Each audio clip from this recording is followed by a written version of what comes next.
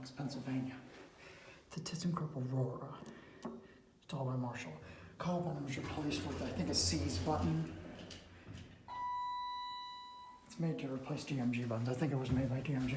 Probably all of those replacement buttons. 3, and turn you up.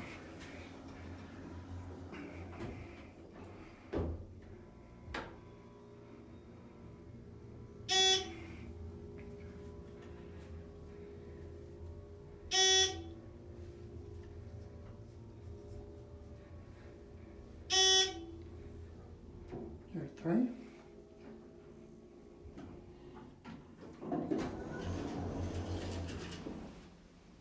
Back on the ground.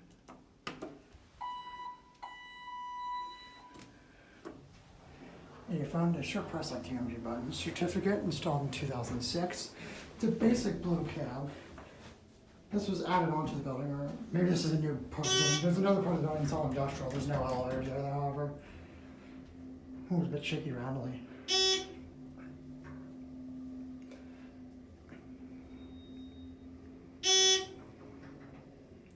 Back to ground.